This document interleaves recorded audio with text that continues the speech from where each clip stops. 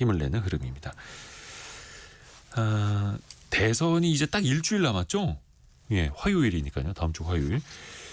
후보들이 저마다 자영업자의 부담을 덜어주기 위한 정책을 계속해서 발표를 하고 있는데요. 소상공인 표심 잡기에 나서고 있습니다. 안 그래도 지금 우리나라 자영업자 수 줄어들고 있는데요. 소상공인까지 합치면 연간 폐업이 100만 건에 육박한다고 합니다. 과연 어떤 정책으로 어떻게 이겨낼 수 있을까요? 오늘 창업 트렌드 시간에는 대선 후보들의 자영업 문제, 자영업자를 향한 정책들 같이 한번 비교해서 들어보시죠. 창업 플랫폼 창톡의 노승옥 대표와 함께합니다. 안녕하세요. 안녕하세요. 진짜 그 정책이 너무나 필요한 절박한 상황이죠. 네, 맞습니다. 지금 뭐 통계를 보면 너무 암울한 상황인데요. 자영업자 수가 562만 명 정도로 이제 집계가 됐는데 지난 4월 기준으로 이게 이제 계속 감소하고 있는 추세입니다. 작년 12월부터 5개월 연속 한 5만 명 정도가 감소를 했고요. 네. 취업자 수 대비 자영업자 비중도 20%가 붕괴가 됐습니다. 19.4%까지 내려왔고요. 물론 이제 자영업자가 엄청나게 이제 포화된 상태인 거는 맞아요. 그래서 다른 나라 미국은 뭐 한 6%, 일본은 10% 정도 되는데 우리나라가 20% 가까이 되니까 많은 건 맞지만 이게 너무 경착륙되고 있다. 감소하는 속도가 너무 빠르다라는 측면에서 이제 경제에 충격을 주고 있는 상황이고요. 네. 그리고 이제 고용이 감소하고 있는 것도 문제인데요. 이제 직원을 둔 자영업자들, 이 고용원이 있는 자영업자의 감소세가 7개월 연속 나타나고 있습니다. 그러면서 이제 나홀로 사장님, 고용을 하지 않은 사장님들은 늘어나고 있는데, 그러니까 직원을 고용할 여력이 없어져서 장사도 안 되는데 네, 그래서 나 혼자 직원을 해야지 이렇게. 내보내고 나홀로 사장님으로 바뀌는 경우가 늘어나고 있는 것 같습니다. 아니면 또 식구들이 총출동하고요. 맞습니다. 예전에 한 수년 전만 하더라도 자영업 600만 네. 이라는 그 숫자가 되게 상징적이었잖아요. 네. 이제는 560만 명 선 문턱까지 내려와 있고 네. 계속해서 줄고 있는 흐름이고요. 이게 참 그 고용 시장에도 영향을 미칠 수밖에 없는 게 맞습니다. 자영업 시장도 잘 돼야 2명, 3명 이상을 또 고용을 할 수 있을 텐데요. 네. 일단 직원은 점점 줄어들고 있고요. 네. 그러면 대출은 어떨까요? 이제 자금 여력이 부족하니까 장사가 안 되고 하니까 이제 대출은 늘어나고 있고 더 심각한 게 이제 대출 연체가 늘어나고 있다. 그러니까 한국은행에 따르면 이제 지난해 말 기준으로 이제 제때 갚지 못한 연체 자영업자가 15만 명에 달했는데요. 이게 코로나 이제 말기였던 22년 2분기, 그러니까 한 2년 반 전에 비해서 한 3배 가까이 증가를 한 겁니다. 그러니까 코로나 때보다 더 어려워졌다라는 거죠. 전체 자영업자 대출 연체율이 같은 기간에 0.5%에서 1.7% 가까이 증가를 했고요. 네. 그러다 보니까 이제 채무 조정을 이제 신청하는 프로그램이 있는데요. 새 출발 기금이라고 이제 좀 필요하신 자영업자분들은 한 번쯤 이제 관심 가져볼 만한데 네. 이 신청도 이제 급증을 하고 있습니다. 4월 말 기준으로 새 출발 기금의 누적 채무 조정 신청자가 한 12만 6천 명 정도, 신청 채무액은 20조 정도로 작년 말에 비해서 한 20-30%씩 급증을 하고 있습니다. 아이고. 작년 말에 비해서요? 네, 그러니까 한 4-5개월 만에 20% 이상 급증한 겁니다. 새 출발 기금, 그러니까 대출은 쓰고 있는데 장사가 안 돼서 너무 어렵고 네. 빚이라도 좀 조정을 좀 해주세요. 맞습니다. 네. 천천히 갚거나. 조금 탕감을 하거나 유예를 해달라는 거죠. 그러니까 절벽 끝으로 떨어지기 전에 네. 조금 시간을 또 버는 개념이긴 한데 맞습니다. 또 갚아야 하는 금액이기도 하고요. 네. 그 금액 자체도 계속 늘고 있다라는 거. 20조 원이 넘었다고요. 네. 어렵다 해서 결국에는 어쩔 수 없다. 문을 닫자라고 하실 수가 있잖아요. 근데 문 닫는 것도 돈이 들잖아요. 맞습니다. 중소기업 중앙회가 이제 작년에 폐업 소상공인 실태 조사를 했는데요.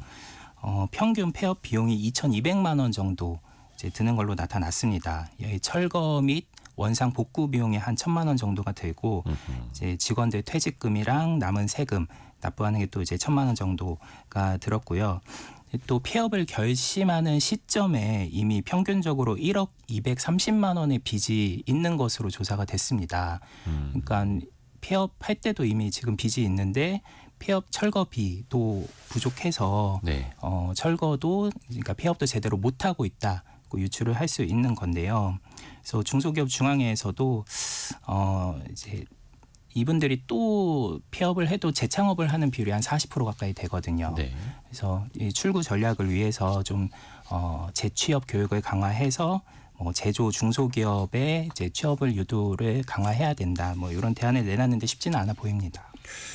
그 정부가 하는 폐업 지원 프로그램 같은 거 있잖아요. 네, 그 중소벤처기업부에서 희망 리턴 패키지 원스톱 폐업 지원 이런 네. 프로그램 운영하는데 사업 정리 1대1 컨설팅을 해주고 점포 철거비를 최대 400만 원까지 400만 원까지. 네, 해주는데 이게 2,200만 원이 평균인데 네, 이제 그 400만 원이면 이제 부족하죠. 아니, 그런데도 폐업하는데 평균 2,200만 원이 들어요. 네. 자영업 점포. 그러니까 원상복귀도 해줘야 되고 또 철거도 해야 되고 하니까요. 이야. 근데 이게 이제 예산이 한도가 있습니다. 네, 한 3만 명까지 3만 건까지 그 점포 철거비를 지원을 해주는데 이미 지난 5월 9일 기준으로 2만 9천 건이 신청이 들어왔다고 해요. 그래서 이제 이게 좀 선착순으로 하는 거다 보니까 벌써 이제 연간 목표치를 거의 육박할 수준으로 신청이 지금 몰리고 있는 상황입니다. 아까 4월 기준으로 자영업자 수가 작년 말 대비 5만 명 가까이 줄었다라고 네, 했는데 이분들이 다 폐업 지원금을 받을 수도 없는 거고 맞습니다. 그중에 한 2만여 명 정도 받은 거고 네, 근데 2천만 원 넘게 드는 폐업 비용 중에서 한 400만 원 정도 약간 보조. 네. 근데 이거는 또 재원이 또 한정적이다 보니까 다 맞습니다. 도와드리기도 어려운 거고요. 본격적으로 그러면 이제 대선 후보들 자영업 관련해서 특히 소상공인 관련해서 어떤 공약 내세우고 있는지 한번 볼까요? 네, 그 일단 이제 폐업을 하는 분들이 많으냐. 아까 폐업 지원금도 사실 기존에 한 200만 원 정도였는데 지금 계속 늘어난 거거든요. 근데 이런 것도 이제 늘리겠다. 뭐 이런 정책들도 있고 크게 채무 조정을 해주겠다. 그리고 금융 지원을 하겠다. 뭐 내수를 진작하겠다. 이런 정책들이 있는데 이재명 후보랑 김문수 후보가 큰 틀에서는 대체로 좀 비슷하다는 평가인데요. 이제 좀 강론은 좀 다르지만 이재명 후보는 이제 배드뱅크를 설립해서 이제 악성 채무를 정부가 매입을 해서 채무를 탕감해주겠다. 그리고 저금리로 대환 대출을 해주겠다. 그리고 장기 분할 상환 프로그램을 만들겠다고 네. 약속을 했고요. 김문수 후보는 새 출발 기금을 좀 더 확대를 해서 또 채무 탕감을 더 늘려주겠다. 이런 식으로 얘기를 했습니다. 오현종 님이 자영업장도 이제 고령화 폐업 후도 걱정입니다. 폐업을 한 후 다시 창업은 많은 심사가 필요합니다. 이렇게 또 이야기를 해주셨고요. 네. 4222님이 제 아들도 작은 가게를 하다가 너무 안 돼서 그만두고 직장을 다니고 있어요. 너무 힘들어요. 대책이 시급합니다. 이렇게 이야기해 주셨거든요. 조금 더 한번 세부적으로 들어가 볼까요? 네, 그 이재명 후보는 이제 코로나 때 그 다른 나라들은 정부가 네. 이제 소상공인한테 이제 집합 금지나 영업 제한을 하면서 이제 보상을 충분히 해줬는데 그러니까 일본 같은 경우는 영업 금지도 아니고 영업 단축 영업. 저녁 8시까지만 단축 영업을 해도 하루에 한 40만 원씩을 줬었거든요. 근데 우리나라는 그런 보상이 부족했다. 그래서 국가가 져야 되는 책임을 소상공인한테 떠넘겨서 국가 부채가 가계 부채로 전이가 됐다. 이런 부분을 좀 지금이라도 바로 잡아야 된다 해서 코로나 대출을 탕감을 해주겠다. 이런 식으로 전향적인 이제 정책을 발표했고요. 네. 그리고 이제 배드뱅크로 장기 연체분을 매입해서 탕감해주겠다고 했고 김문수 후보도 뭐 탕감하는 이제 방향성은 공감을 했는데 이제 구체적인 수치를 제시했습니다. 10조 원 정도를 부채 탕감에 쓰겠다라고 했고 20조 원 정도를 출연해서 보증을 통해서 상환 유예를 해주겠다. 상환 유예 기간을 늘려주겠다라고 했고요. 소비 촉진 정책, 이제 내수 진작 정책에 대해서는 네. 이재명 후보는 지역 화폐가 이제 좀 정책의 트레이드 마크죠. 지역 화폐를 활용해서 골목 상권에서 이제 쓸 수 있도록 하겠다라고 했고요. 김문수 후보는 지역 화폐보다는 온누리 상품권, 이 전통시장에서 쓸 수 있는 거를 이제 골목 상권에서도 쓸 수 있도록 사용처를 확대하고 좀 예산을 늘리겠다라고 했고, 그다음에 두 후보가 공통적으로 얘기한 게 소상공인 전문은행을 설립하겠다라는 거였는데요. 소상공인 전문은행이요. 네, 그러니까 산업은행이 있고 기업은행이 있듯이. 네. 그러니까 이제 소상공인 금융을 전문으로 전담하는 기관을 설립하겠다라고 밝혔습니다. 근데 일단 아까 그 탕감 이야기 나왔는데 사실 네. 이것도 누군가는 그 원리금을 분담을 해야 탕감을 해줄 수 있는 것 아닙니까? 네. 그냥 하늘에 있는 구름이 사라지듯이 이렇게 볼 수는 없는 거고. 네. 그래서 이제 후반에 이제 재원 마련을 어떻게 할 거냐, 그거 이제 누가 갚을 거냐라는 얘기들이 이제 있는데 이거에 대해서 뭐 앞으로 이제 늘어날 세수를 바탕으로 하겠다라고 이제 좀 뭉뚱그려서 얘기를 하고 있어요. 늘어날 세수요? 네. 지금도 세수는 계속 펑크나고 있는데. 네. 그래서 아이고. 이제 재원 마련에 대한 비판이 좀 나오고 있고요. 그것도 한번 뒷부분에 더 한번 네네. 따져볼게요. 왜냐하면 6261님도 공약만 보면 대한민국이 세계에서 제일 가는 천국이 될 것 같다. 근데 공약 제대로 지키는 사람도 없다 이런 지적을 좀 해주셨고요. 네. 한번 세부적으로 볼까요? 아까 그 소상공인 전문은행 설립까지 이야기를 했는데요. 네, 이 소상공인 전문은행도 이제 네. 두 후보가 조금 이제 강론은 다른데요. 예. 이재명 후보는 중저신용자를 위한 인터넷 은행을 설립하겠다라고 했고요. 근데 지금도 인터넷 은행이 세 개가 있잖아요. 있죠. 카카오뱅크, 토스뱅크, K뱅크 그렇죠. 있는데 여기가 이제 그 마찬가지로 중저신용자를 위한 대출을 늘리는 조건으로 인가를 받은 건데 이게 이제 전체 대출 한 30%를 채우도록 요건이 돼 있거든요. 근데 딱 요것만 채우는 거예요. 그리고 나머지는 이제 고신용자를 위한 좀 안정적인 땅 짓고 이제 헤엄치는 예대 마진 장사를 하고 있으니까. 근데 어찌됐든 간에 인터넷 은행도 은행은 은행이니 건전성은 중요하고 네. 손해 보면서 장사할 리는 없고 네. 그렇다고 해서 제4, 제5, 제6 제17, 제18 이런 인터넷 은행 나타난다고 해서 과연 얼마나 효과가 있을 것인가는 선례를 통해서 또 봐야 되겠고요. 네. 어쨌든 이제 이 후보는 그래서 좀 더 제대로 할 수 있는 제4의 인터넷 은행을 설립하겠다라고 했고요. 김문수 후보는 이거를 민간에 맡기지 않고 소상공인 전문 국책은행을 설립하겠다라고 했습니다. 그래서 현재 서민금융진흥원이나 신용회복위원회, 지역신보, 소진공 이렇게 좀 분산된 공공기관들의 서민금융 기능을 하나로 통합해서 국책은행을 설립하겠다라고 했고 그리고 이제 대통령 직속 소상공인 자영업자 지원단을 설치하겠다라고 얘기를 했는데 이게 이제 구체적으로 어떤 성격인지는 이제 자세히 밝히지는 않았습니다. 대통령 직속 소상공인 자영업자 지원단을 설치하겠다. 이건 이제 네. 김문수 후보의 공약이고 맞습니다. 어떻게 보면 좀 구조적으로 좀 바꿔나가겠다. 조직화된 네. 단체나 기관을 만들겠다 이렇게 읽히기도 합니다. 그러니까 네. 이재명 후보랑 김문수 후보 비슷하게. 근데 반대로 개혁신당 이준석 후보는 없애겠다는 거잖아요. 네, 이준석 후보는 중소벤처기업부를 폐지하겠다라고 밝혔습니다. 대신에 그 기능을 이제 산자부랑 통합을 해서 산업에너지부로 통폐합을 하겠다. 이제 이준석 후보는 좀 작은 정부를 지향을 하다 보니까 이제 정부 조직을 이제 점점 축소를 하고 통합을 하는 쪽으로 그래서 문재인 정부 이전의 수준으로 돌아가겠다라고 이제 밝히고 있는데요. 이제 소상공인 법정 단체, 소상공인 연합회에서는 이제 계속 그래도 이제 하드웨어의 어떤 상징성이 있으니까 이제 좀 신설을 해달라 전문 기관 이런 것들을 요구를 하고 있는데 이번에 이제 정책을 이제 제안한 내용을 보면 소상공인 전담 차관, 소상공인 위원회, 소상공인 비서관을 신설해 달라라고 정책 제안서를 양당에 전달을 했습니다. 뭔가 좀 사령탑이 필요하다는 거죠. 힘센. 네. 맞습니다.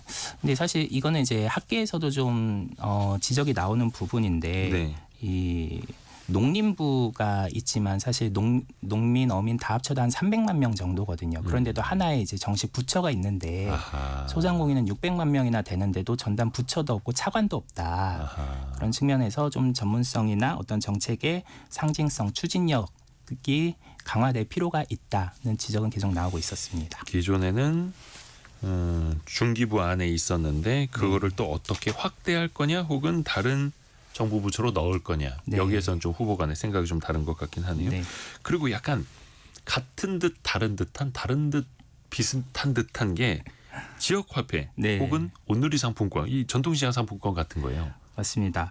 그 지역 화폐로 온누리 상품권의 차이가 네. 이제 온누리 상품권은 전국 어디서나 쓸 수 있는데 이제 전통 시장에서 쓸 수 네. 있는 거고 지역 화폐는 해당 지역에서 발행한 예산으로 해당 지역 주민들이 지역 안에서만 예, 각 지자체별로. 쓸 수 있는. 네. 그래서 이제 그 쓸 수 있는 지역과 용처가 좀 차이가 있기는 한데요. 네. 그래도 어쨌든 큰 틀에서는 뭔가 좀 소상공인 한 가게에서 쓸 수 있다는 측면에서 이제 골목 상권을 활성화하는 목적은 같습니다. 이제 방법이 좀 다른 건데 네. 이재명 후보는 지역 화폐를 적극 활용하자는 주의절에서 전 국민한테 25만 원을 지역 화폐로 지원을 하자. 그러면 총 13조 원 규모인데 이거를 이제 전국에 발행을 하겠다라는 이제 공약을 발표했고 그리고 지역별로 대표 상권을 키워서 소규모 골목 상권을 키우는 상권 르네상스 2.0 공약을 발표를 했습니다. 반대 이제 김문수 후보는 전통시장 상품권을 지금은 전통시장에서만 쓸 수 있는데 골목 상권에서도 쓸 수 있도록 용처를 좀 확대하겠다. 이게 골목 상권이라는 개념이 좀 모호하긴 한데. 근데 이번에 이제 중기부 소진공에서 골목 상권 상점가를 좀 이렇게 지정을 했습니다. 네, 그래서 그 지정된 골목 상점가에서는 이제 좀 구분이 될 수 있을 것 같아요. 뭐 예를 들어서 근린 상가에 있는 음식점에서 사 먹을 수 있다 뭐 이렇게도 될까요? 그러니까 이게 이제 골목 시장 상점가로 선정이 된 지역이어야 되는데 이거는 이제 그 검색하면 나오는데 이제 특정 영역 안에 상가 밀도가 이제 일정 수준 이상이면 이 상점가로 지정이 돼서 좀 지원을 받을 수 있습니다. 그래서 이런 것들을 지금 이제 넓혀가고 있어서 여기에도 쓸 수 있도록 하자는 거고요.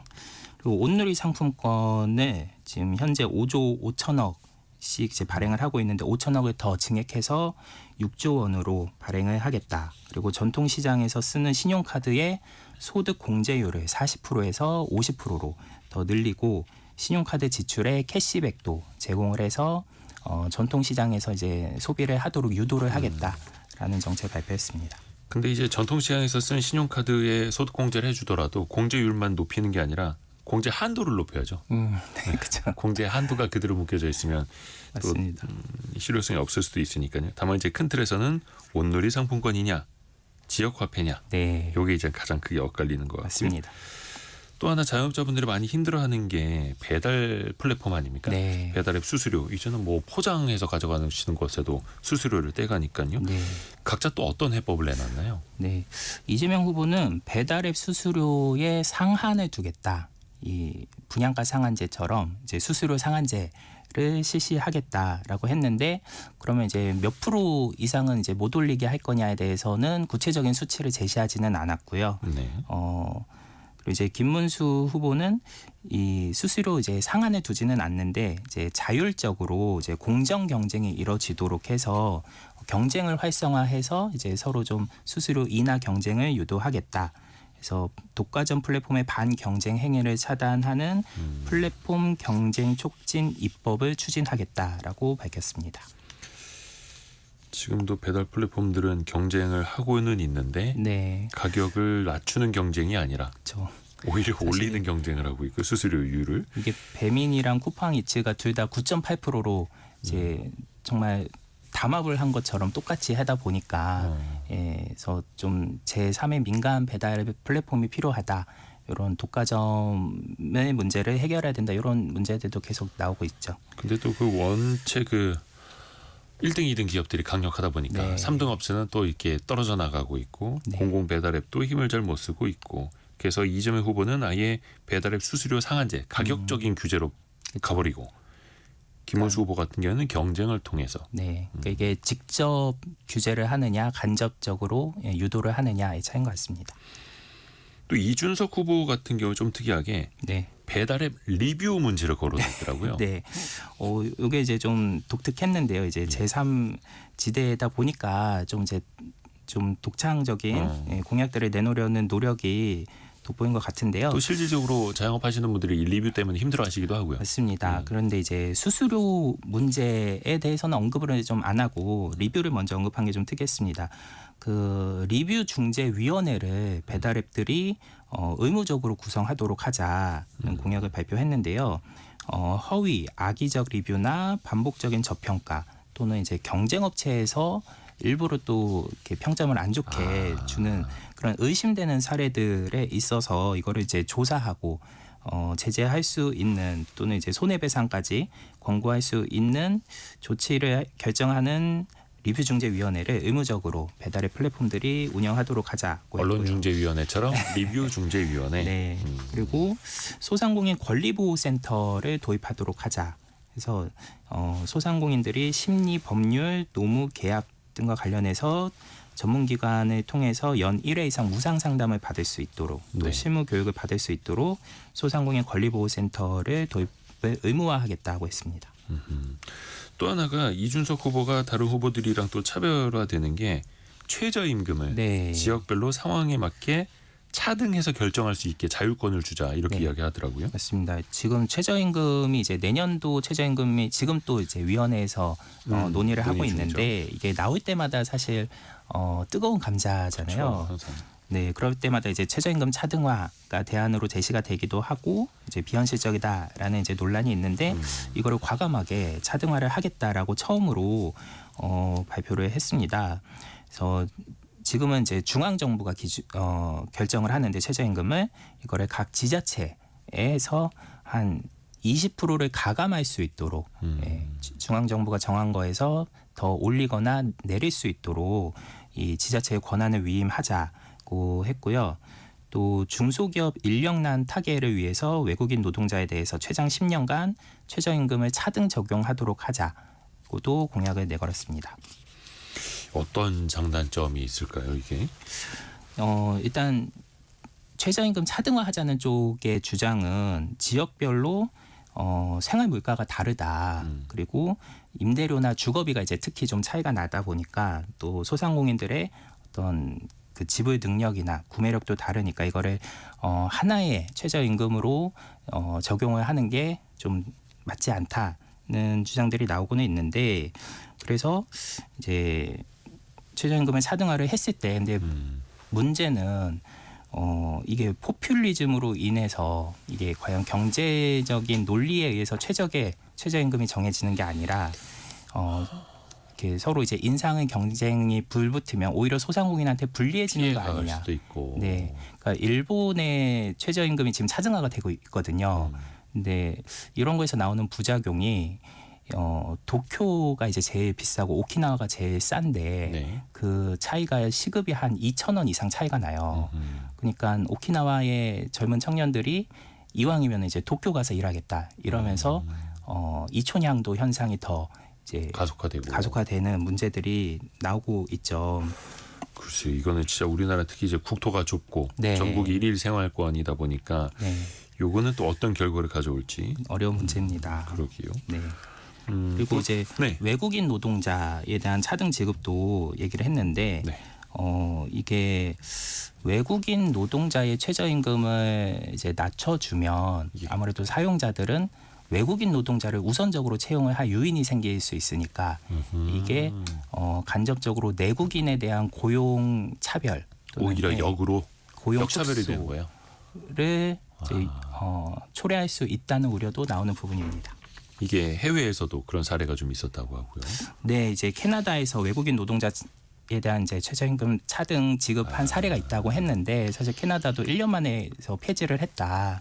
또 뭐 국제법상의 이제 그 차별 이슈도 있어서 이것도 좀 뜨거운 감자긴 합니다. 그렇죠. 국제 노동기구에 가입한 나라는 또 이게 또 쉽지 않다라고 하고 외국인 노동자에게는 최저임금을 더 낮게 준다면 오히려 더 기업들이 외국인 노동자를 더 선호할 수도 있다. 맞습니다. 물론 이제 뭐 쿼터제 여러 가지가 있기는 합니다만 또 현실적으로는 다를 수 있다라는 거죠. 후보별로 조금 더 들어가 볼까요? 네, 이재명 후보의 공약 좀 살펴보면 불법 계엄 피해 소상공인을 지원하겠다라고 밝혔는데요. 이 내란 사태라고 이건 이제 이재명 후보의 워딩인데 소비가 위축되고 피해는 고스란히 소상공인 자영업자 몫이 됐다. 네. 그래서 이거를 이제 보상하겠다라고 했는데 이제 구체적으로 그 계엄으로 인한 피해가 얼만큼 발생했고 이걸 어떻게 보상하겠다 이런 이제 구체적인 얘기는 아직 밝히지 않았고요. 그리고 이제 중도 상환 수수료를 단계적으로 감면하겠다. 저금리 대안 대출을 확대하겠다. 배드뱅크를 설치하겠다. 이렇게 이제 탕감 쪽으로 좀 강조를 했습니다. 어떻게 보면 또 장사 오래 할 수 있게 경영 부담을 낮춰주겠다라는 걸로도 네. 읽히네요. 대출 부담도 앞에서도 뭐 탕감 이야기도 했고요. 네, 이 고정비를 좀 낮춰주겠다는 공약들도 있었는데, 고정비요. 네, 그러니까 임대료나 인건비나 에너지 비용에 대한 지원을 하겠다. 그리고 임대료나 인건비 자체를 낮출 수는 없는데. 네, 근데 이제 그 인상을 좀 억제하겠다는 건데, 예를 들면 이 임대료 인상이 이 좀 그 법적으로 제한된 경우들이 있거든요. 예. 근데 이걸 해서 피하기 위해서 건물주들이 관리비를 인상하는 꼼수들이 있어서 이 관리비를 투명하게 공개해서 임대료 꼼수 인상을 막겠다고 했고요. 키오스크나 테이블 오더 같은 무인 주문 기기와 상품권, 간편 결제 수수료 부담도 완화하겠다고 했습니다. 그리고 소상공인을 이제 사용자면서 한편으로는 이제 노동자인 성격이 있다라는 게 이제 민주당의 스탠스거든요. 그래서 소상공인에 대한 육아휴직 수당을 확대하겠다. 그리고 아프면 이제 소상공인도 쉴 수 있도록 상병 수당을 지급하겠다고 했고, 또 눈에 띄는 게 그 소상공인에 대한 내일 채움 공제를 도입하겠다고 했습니다. 네.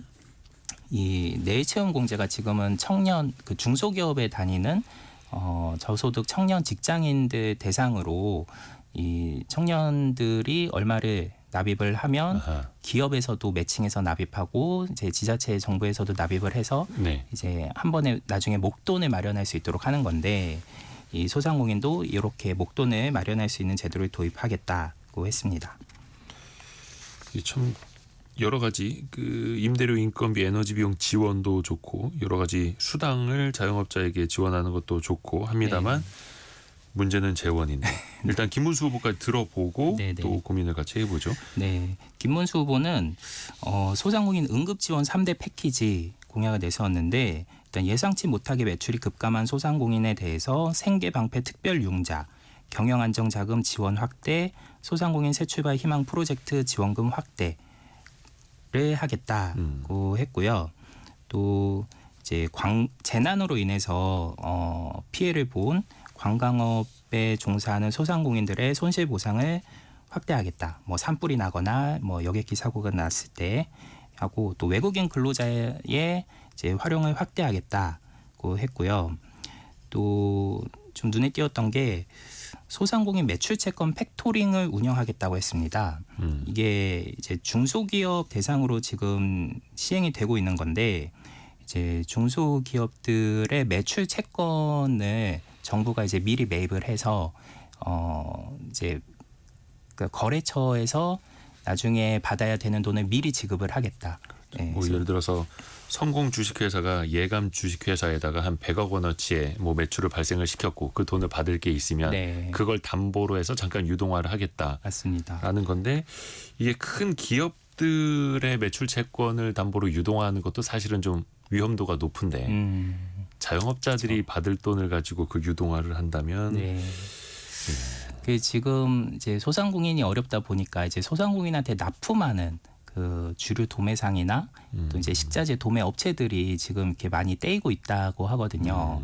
네, 이제 이런 문제들이 좀 얽히고 있다 보니까 이게 참 아이디어까지는 좋은 것 같아요. 네, 근데 이게 과연 실현 가능하냐라고 좀 따져보면 네. 결국은 또 핵심은 재원이기도 합니다. 이 재원을 어떻게 조달할 것이다. 구체적으로 좀 나온 게 있나요? 네, 이제 두 후보 모두 일단 공통적으로 얘기한 건 재정을 지출 구조를 좀 조정하겠다. 예, 그러니까 그냥 뭉뚱그려서 얘기를 했습니다. 이제 기존에 이제 씀씀이해서 좀 불필요한 걸 이제 좀 아껴서 여기에 쓰겠다라고 했는데, 그럼 불필요한 게 뭐냐에 대해서는 이제 또 언급을 한 거는 없고요.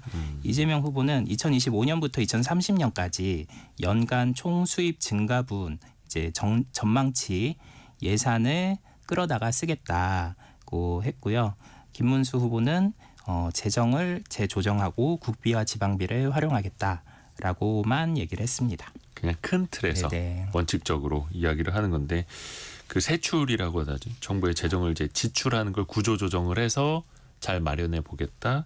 아니면 2월 불용 넘어가는 세출 금액이나 아니면 잘 쓰이지 않는 예산을 네. 잘 구조 조정해 보겠다. 늘상 나오는 얘기죠. 그렇게 해서 어디서 수십조 원 좀 잘 마련이 됐으면 좋겠는데 사실 네. 그게 쉽지 않죠. 네네. 그래서 실현 가능성은 계속해서 우리가 또 국민들이 체크를 해봐야 되는 거고요. 네. 그 민주노동당 권영국 후보 같은 경우에도 소상공인 공약이 있겠죠. 없을 수가 없는 네, 또 정당이에요. 네, 일부 제시를 했는데요. 이제 민주노동당답게 확실히 시장 경제보다 공공성을 좀 강조한 측면이 눈에 띄는데 새 출발 기금을 확대 적용해서 자영업자 부채 탕감을 확대하겠다라는 거는 이제 비슷했는데 이 재원에 대해서 순 자산 100억 원 이상의 자산가들한테 부유세를 걷어서 그걸 소상공인과 저소득층의 부채 탕감에 쓰겠다고 했고요. 네. 그리고 이제 지역별로 지역 공공은행을 설립을 해서 경영난에 빠진 중소기업이나 자영업자한테 지분을 투자하게 하겠다. 해서 좀 어려운 중소기업은 직원들이 인수를 할 수 있도록 하겠다고까지 밝혔습니다. 지역 공공은행을 통해서 네. 하여튼 민주노동당 권영국 후보의 공약까지도 들어봤고요. 네. 전반적으로 한번 좀 총평을 해볼까요? 네 네. 명의 후보들의 특히 소상공인 자영업자 공약. 네.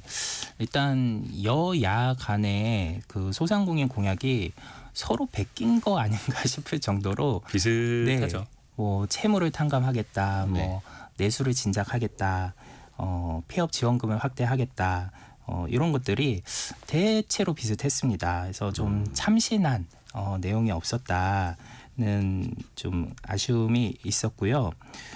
실제로 이제 지난 TV 토론 1회가 이제 경제 토론이었는데 여기서도 소상공인 공약에 대한 어떤 정책 대결 이런 토론은 거의 없었어요. 그런 측면에서 좀 진정성 있게 이거를 연구를 했는가 하는 아쉬움이 있었고 또 하나는 이 자영업자를 돕는 것도 필요하지만 한편으로는 이제 네. 국제 기준으로 너무 많은 상황에서 이게 포화도를 낮추기 위한 구조조정 정책을 이제 발표한 그 후보는 없었다. 그러니까 여전히 560만 명에 이르는 자영업자도 네, 비율로 보면 경제활동 인구 한 20%나 되니 네. 많다는 거죠, 여전히. 맞습니다. 그래서 그 얼마 전에 21대 대통령 선거 공약 평가 대토론회를 우윤석 그 숭실대 행정학부 교수가 네. 참여해서 이제 지적한 부분이 근본적인 경쟁력 제고 없이 상품권을 뿌린다고 경제가 좋아질지는 의문이다. 소비 진작은 일회성에 그치기 쉽기 때문에 효과성을 파악할 필요가 있다. 그래서 이제 근본적인 구조조정 정책을 좀 지속 가능한 정책을 요구를 했습니다. 지속 가능한 정책. 사실 어떻게 보면은 예전 정부에서도 또 시도했던 것들도 있고 네. 자영업자 지원 방안이 뭔가 새로운 게 딱 나오기도 또 쉽지는 않은 게 또 현실이기는 한데요. 네. 그리고 특히 이제 구조조정하겠다라는 게 고양이 목에 방울 달기인 것 같아요. 정치인들 입장에서는 지금 이제 사실 자영업자분들이 아무래도 망해도 또 재창업을 할 정도로 이제 창업을 선호를 하는데 이게 선호라기보다는 엄밀히 말하면 다른 거 할 게 없는 것 아닙니까? 근데 이제 그런 부분도 있고요. 네. 그런데 그래서 지금 이제 재취업 교육을 강화를 하고는 있는데 아무래도 이제 좀 양질의 일자리도 부족하다 보니까 좀 자의반 타의반으로 계속 재창업을 유도를 하고 있죠. 또 중요한 게 그거지 않습니까? 그러면 고령자가 네. 은퇴하고 정년퇴직하고 나서 60 넘어서 70 넘어서 과연 네. 어디에서 일을 할 수 있을 것인가? 맞습니다. 지금 자영업자의 절반 이상은 50대 이상 이제 고령 자영업자 분들인데요. 네. 그래서 한국은행은 이제 최근 보고서에서 고령 자영업자의 규모를 줄여야 된다. 준비 없이 은퇴하고서 생계를 위해 자영업에 무턱대고 뛰어들었다가 취약한 자영업자가 되는 사례가 많기 때문이다고 하면서 이 고령 자영업자들의 평균 소득이 은퇴 전 소득의 40%에서 60% 수준인데 이 정도의 급여를 지급할 수 있는 다른 일자리를 이제 마련해 준다면 퇴직 후 재고용 방식으로 이 취약 자영업자를 끌어들일 수 있다면 이 계속 고용을 선택하는 사람이 늘어나지 않겠냐 하는 대안을 제시했습니다. 우리나라 고령 자영업자들의 평균 소득이 은퇴 전에 40에서 60% 정도. 네. 한 50% 절반이라고 보면 되겠네요. 그래서 퇴직 후 재취업 네. 이야기도 많이 이야기가 나오는 거고 또 한켠에서는 아예 정년 연장을 해야 된다 네. 이야기도 나오는 거고요. 맞습니다. 요거는 좀 조속히 사회적 합의를 봐야겠죠. 네, 우리 또 당면한 문제 우리의 미래이기도 하니까요. 맞습니다. 창톡의 창업 플랫폼 창톡의 노승욱 대표 통해서 특히 이번 대선 후보들의 소상공인 공약 비교해봤습니다. 고맙습니다. 감사합니다. 라디오 정보센터 가서 현재까지 들어온 뉴스도 한번 들어보시죠.